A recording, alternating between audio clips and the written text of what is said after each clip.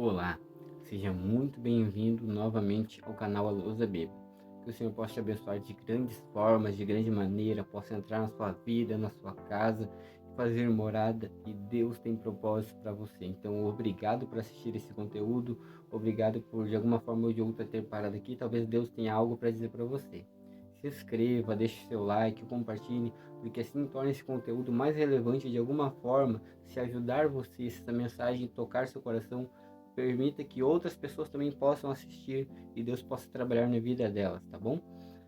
Hoje estamos aqui para mais um vídeo, um momento de oração especial para falarmos de Deus, para Deus e por meio da Bíblia, os planos de Deus para a sua vida. Então, fique conosco aqui que vai ter coisas muito boas para que você tenha uma experiência real com Cristo. Independente da sua religião, você é muito bem-vindo aqui, porque aqui é um canal que fala de Deus e da palavra de Deus. O resto que não conter essas coisas é um assunto fora, externo. E a gente trabalha com coisas internas, coisas eternas, melhor dizendo, tá bom?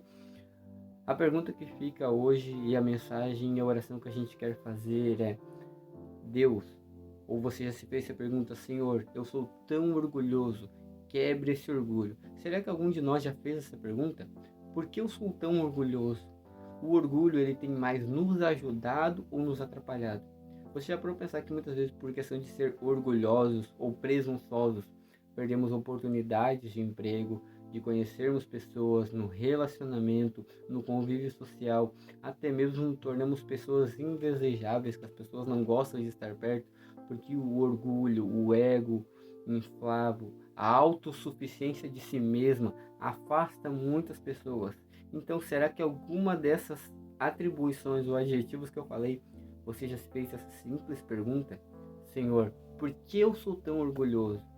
Isso tem mais me atrapalhado do que me ajudado. Posso ser diferente? Eu nasci assim, eu vou morrer assim.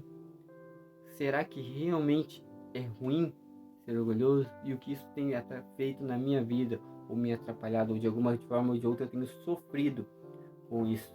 Será que o orgulho é algo bíblico? Será que eu podia ser melhor, controlar, ou de alguma forma ou de outra, isso poderia não ser tão latente na minha vida em relação às outras pessoas? Sabe, para nós falarmos sobre o orgulho e nós entendermos o que nós somos, ou esse sentimento que carregamos, ou é da nossa personalidade, muitos podem dizer, nós precisamos entender que, ao contrário do orgulho, é a abnegação de si mesmo, o abandono de certas coisas em prol de algo maior do que nós mesmos. Geralmente o orgulho é algo fixado em nós, naquilo que a gente gosta, naquilo que está mais próximo de nós do que está no nosso controle. E quando não temos essa sensação de controle, isso nos frustra e nos deixa indignados. É uma autoproteção. Mas a palavra de Deus, ela nos aconselha, e tem um texto específico que está nos evangelhos que faz nós termos uma clara visão da visão espiritual, da visão humana, e aonde eu tenho o orgulho e aonde eu preciso trabalhar de forma diferente, e o que a Bíblia nos orienta, qual que é a minha postura. Realmente eu tenho feito um caminho no sentido certo, ou talvez até agora tenha sido meio cabeça dura e andado numa direção que tem mais me atrapalhado, sendo uma pedra do que sendo um caminho evidente que me leva a algum objetivo. Olha só, quando vamos aqui em Mateus, no capítulo 16, no verso 24 em diante, Jesus aconselha os discípulos a tomar a sua cruz. Olha o que diz o verso 24. Então Jesus disse aos seus discípulos: se alguém quiser vir após mim, negue-se a si mesmo. Quem quiser vir a mim, negue a si mesmo. Tome a sua cruz e siga-me. Pois quem quiser salvar a sua vida, perdê-la. Quem perder a sua vida por minha causa, achará. De que adianta uma pessoa ganhar o mundo inteiro e perder a sua alma? O que dará uma pessoa em troca da sua alma? Então aqui é meio que trocadilhos que Cristo estava confrontando os discípulos. Vocês valorizam tanto a sua vida, vocês valorizam tanto as suas coisas individuais, vocês individualizam tanto as coisas que o que está de fora, o que não é de vocês, o que você não deseja, o que não é seu não tem relevância, só o que é meu importa.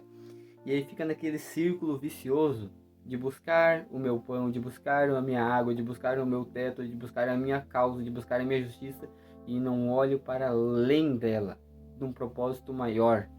E o perigo é de nós vermos somente a nossa bolha. Afinal, vamos colocar entre parênteses uma coisa, né? No século XXI que a gente vive hoje em dia, com a era da tecnologia, da informação e tudo mais, cada vez mais nós estamos vivendo na nossa bolha, não é verdade? Cada um tem a sua bolha, a sua verdade, o seu gosto, a sua peculiaridade, os seus grupos, e cada vez mais isso tem nos dividido. E justamente uma das coisas, das características do orgulho, é a divisão. Quando você ensina a uma criança desde pequena que tem que dividir as coisas com os amiguinhos, que nem tudo é só para ela, é muito complicado. Se você tiver 2, 3 filhos, uma família grande, talvez seja mais fácil por causa da criação. Mas pegue uma criança que cresceu e nasceu e viveu a sua infância inteira sozinha com os pais, onde o amor é centralizado nela. Os bens, os frutos, os presentes, as premiações, as conquistas se materializam tudo para o filho. Como você vai explicar para alguém que sempre teve tudo o que é divisão quando ele nunca precisou dividir nada?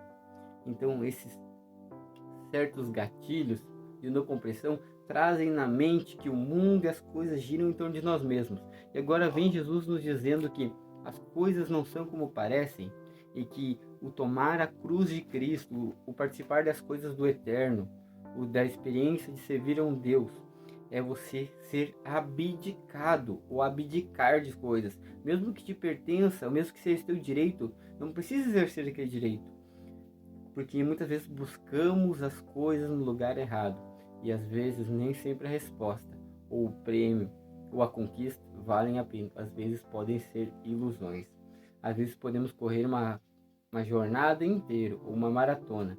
Mas se nós não quisermos ou não tivermos o desejo de completar a corrida, vencermos, ou temos por meta viver aquele momento, na metade do caminho a gente pode parar, simplesmente dar meia volta e para nós acabou a corrida, não completamos a jornada, não passamos a faixa, não concluímos o trajeto, porque simplesmente estávamos ali por estar. Não tinha uma meta ou algo por trás, algo que nos motivasse a chegar até o fim, você entende? Então, basicamente o orgulho talvez muitas vezes possa ser algo meio vazio, algo do momento, da hora, da ação, da adrenalina. E agora o Senhor vem nos dizer que a vida é mais do que a gente imagina. Que quem quiser achar a vida por qualquer coisa simples, sem sentidos, coisa pode perdê-la. Mas quem perder a vida por algo maior, quem no caso lutar por algo maior, quem muitas vezes tiver desavenças, tiver que se impor, tiver que se posicionar por algo que seja além de si mesmo, do só o meu ganho pessoal, das minhas conquistas, do que é melhor para mim, pode encontrar coisas maiores. No sentido espiritual, quem quiser perder a sua vida, porque isso vai achá-la, quer dizer, uma vida com propósito. Muitas vezes nós colocamos a nossa cara a tapa, muitas vezes questionamos, confrontamos pessoas, amigos, familiares, ou até mesmo nós somos as pessoas do embate. Mas será que os nossos embates são por causas reais, causas verdadeiras, algo que agregue, algo que transforma, algo que seja em prol do outro? Ou só é materializado nas minhas vitórias, na minha conquista? Se eu ganho o aumento que eu quero no meu trabalho, não precisarei lutar por nenhum colega meu que sinta-se injustiçado. Se eu tenho a melhor roupa, eu não preciso se preocupar com quem não tem nenhum par, uma peça de roupa, uma camisa para usar. Se eu estou confortável no meu lar, eu não preciso nem olhar para o lado e me solidarizar com pessoas que não são providas de bens a qual eu sou. Se eu tenho uma vida tão boa, tão calma, tão pacífica, eu não tenho me preocupar com alguém que não tem uma vida assim, sofre com inúmeros problemas e dificuldades, mas é melhor eu fechar os olhos e fingir que eu não vejo, porque eu só me preocupo com o meu círculo e a minha volta. Você entende? Porque com o conselho de Cristo, a orientação para os discípulos que viviam com ele, vivenciaram experiências de amor incondicional aos outros, de abnegação de si mesmo, de desconforto, porque eles não estavam em lugares que achariam que estariam. Eles achavam que Jesus viria ter um reino material, físico, palácios, reinos, servos. Jesus veio aqui para ser servo, servir, abdicar do direito mesmo de ser o dono, o criador, o rei de todos. Não sentou no trono, mas sentou em cadeiras, sentou em pedras, andou em campos, esteve com as pessoas, esteve aonde precisava estar. E é essa limitação que muitas vezes o sermos ou praticarmos ou vivenciarmos comportamentos, atitudes ou até mesmo sermos egoístas de alguma forma, intimamente, nos limita a não vivenciarmos experiências reais. Porque se nós não saímos da nossa bolha, a gente não consegue vivenciar coisas que estão além da nossa visão, além do nosso alcance, além do nosso círculo. E às vezes perdemos experiências, vivências e transformações reais, porque nós não vamos em direção a elas. Nós ficamos parados no nosso círculo de somente as nossas coisas e o que pode acontecer com nós. E sabe, quando Jesus termina dizendo o que adianta uma pessoa ganhar o mundo inteiro e perder a sua alma, agora ele está falando e finalizando no contexto espiritual. Quer dizer que focar energia, coragem, ânimo, bens, recursos, tudo em direção às vezes propósitos meio vazios e ocos assim, no final de uma vida talvez possa não gerar frutos, não produzir nada. Por exemplo, uma vida de um pai que não dá atenção para um filho é uma vida de que um pai, ao processo da vida, envelhecerá, ficará velho, debilitado e precisará contar com o apoio, o auxílio dos quem é o seu filho, o seu primogênito, que é o seu descendente. E quem lhe garante que a falta do que não deu hoje será suprida pela falta ou pelo aquele que não recebeu nada, que lá na frente vai contribuir com o amparo, o amor, o carinho, sendo que antes ele não recebeu e agora ele tem que dar. Você entende que a nossa visão periférica às vezes tem que compreender o todo, e o egoísmo geralmente é uma visão de um cavalo selado, que só olha para frente, para o seu objetivo e não olha para nenhum lugar. E Jesus diz essa frase, que importa o homem ganhar o mundo inteiro e perder a sua alma, quer dizer, sentido de valores, sentido de coisas que realmente importam. E o que tem importado para você? Mais ter, mais ser, mais estar, mais viver, mais conquistar, o mais posso ou mais fazemos? O fazemos geralmente é plural de mais pessoas, é juntos, tá bom? Isso eu queria finalizar essa mensagem e esse pensamento a respeito de como muitas vezes somos orgulhosos, egoístas e não fazemos o que devemos fazer e não vivemos o que Deus quer que a gente viva, porque muitas vezes não trabalhamos dessa forma. Com essa história, essa ilustração que eu nunca esqueci quando um dia eu ouvi, e eu achei interessante, talvez se você ouviu alguma vez ou outra, mas para mim ela me marcou. Conta-se a história de dois rapazes que saíram numa jornada juntos. E não era uma jornada simples, qualquer. Eles tinham que atravessar um certo caminho. E ao longo desse caminho, eles tinham que chegar ao objetivo final, eles atravessarem e chegar no outro ponto. E eles estavam indo juntos, em dupla. Cada um deles, em contrapartida, tinha que levar a sua cruz. Uma cruz moldada, feita e fabricada, padrão para os dois. Cada um está levando a sua cruz por igual. Então eles saíram naquela jornada. E só que o levar a cruz, ou levar algo pesado, ou carregar algo por si só já é desconfortável. Às vezes quando carregamos algo por um certo tempo, nosso corpo, as articulações, nós começamos a ficar frustrados, com raiva, cansados, queremos largar, já fica desconfortável, já muda até o nosso humor, na verdade. Então, ao passar da jornada, do caminho, eles vinham conversando e caminhando e levando cada um a sua cruz. Só que um deles começou a pensar, começou a questionar: por que eu estou levando essa cruz tão pesada? Eu tenho que levar ela, óbvio. Era uma parte do trajeto, do que eles precisavam fazer, eles precisavam levar. Mas eu poderia talvez adaptar essa cruz de uma forma em que ficasse mais confortável. E ela não fosse um incômodo para mim, mas que de alguma forma eu pudesse ser suportável. Então, ao passar do caminho, ele pegava, toda vez que tinha que dar uma pausa, parar, tomar uma água, descansar, respirar um pouco, ele tirava uma lasca, cortava da madeira, da cruz, ia moldando, adaptando, foi tirando vários pedacinhos. Até que o outro continuou seguindo, não mexeu na cruz, olhava para o colega, mas decidiu levar a cruz do jeito que estava, sofrendo do jeito que estava. E óbvio que quem foi mexendo na cruz, na essência dela, foi notando que ao passar dos passos, ela continuava sendo uma cruz, mas ficava um pouco mais leve. Então chega o ponto auge da caminhada, da jornada, onde os dois se deparam com um penhasco. Aí, pensando como eles iriam atravessar.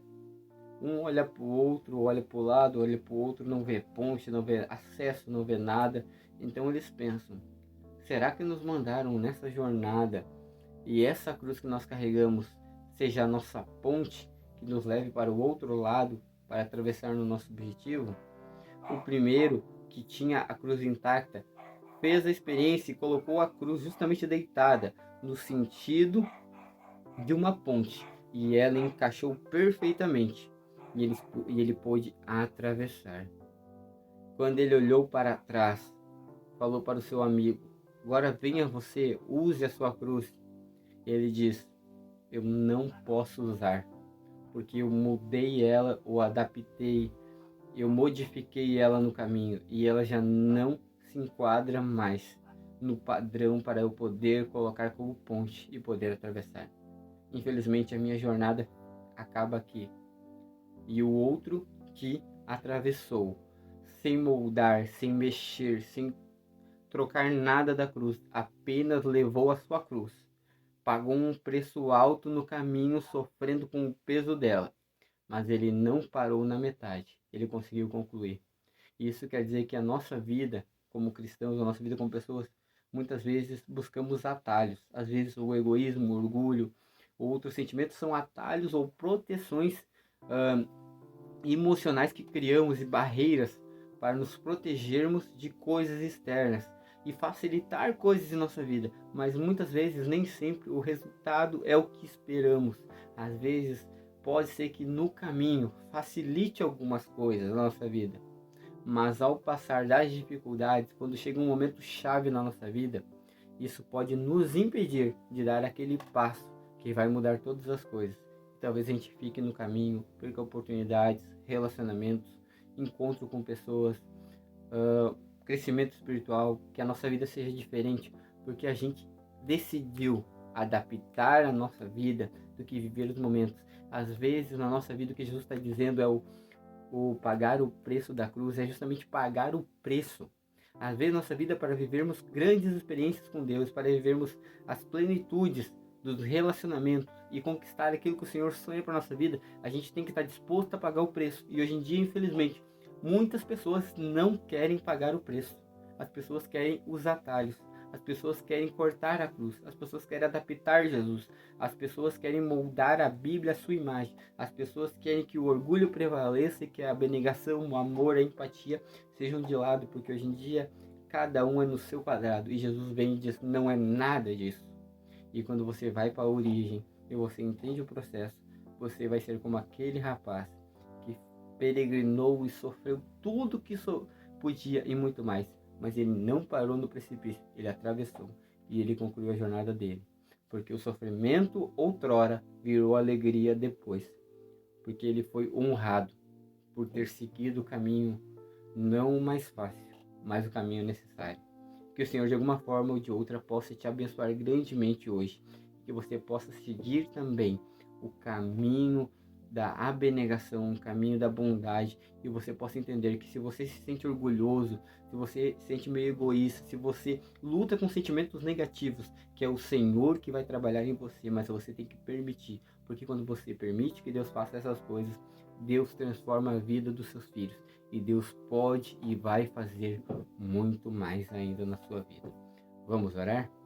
Senhor Deus, amado Pai, obrigado, Senhor, porque nas experiências bíblicas, nos teus ensinamentos, a gente entende o que é entrega, o que é abnegação e o que é carregar a cruz de Cristo, que é uma vida com propósito, é uma vida voltada para as coisas eternas e que o Senhor faz com que a nossa vida aqui tenha sentido. O Senhor, nesse momento, está vendo homens e mulheres que, de uma forma ou de outra, entraram nesse conteúdo, entraram nesse vídeo, porque queriam respostas ou queriam entender como lidar com sentimentos negativos. Muito obrigado, Senhor, porque a gente entende que em Ti todas as coisas se fazem novas. E esse homem e essa mulher que estão assistindo esse vídeo nesse momento, eles possam entender que o Senhor perdoa todos os nossos pecados, que o Senhor é o Deus transformador e que o Senhor é o Deus da segunda chance. E que esse homem, essa mulher, essas pessoas, ou quem estiver assistindo esse vídeo nesse momento, é mais especial do que pensa. E o Senhor tem grandes planos. E o Senhor quer começar moldando a vida e a sorte de cada um deles. Te pedimos que a tua graça, a tua bondade, o teu poder permaneça na vida de cada um. Por Jesus. Amém. Que o Senhor possa hoje trabalhar no seu coração e que o Senhor possa te ajudar a ser cada vez uma pessoa melhor, transformada pelo poder de Cristo para viver experiências incríveis, sem atalhos, mas seguindo o caminho que leva à resposta e à jornada final. Amém?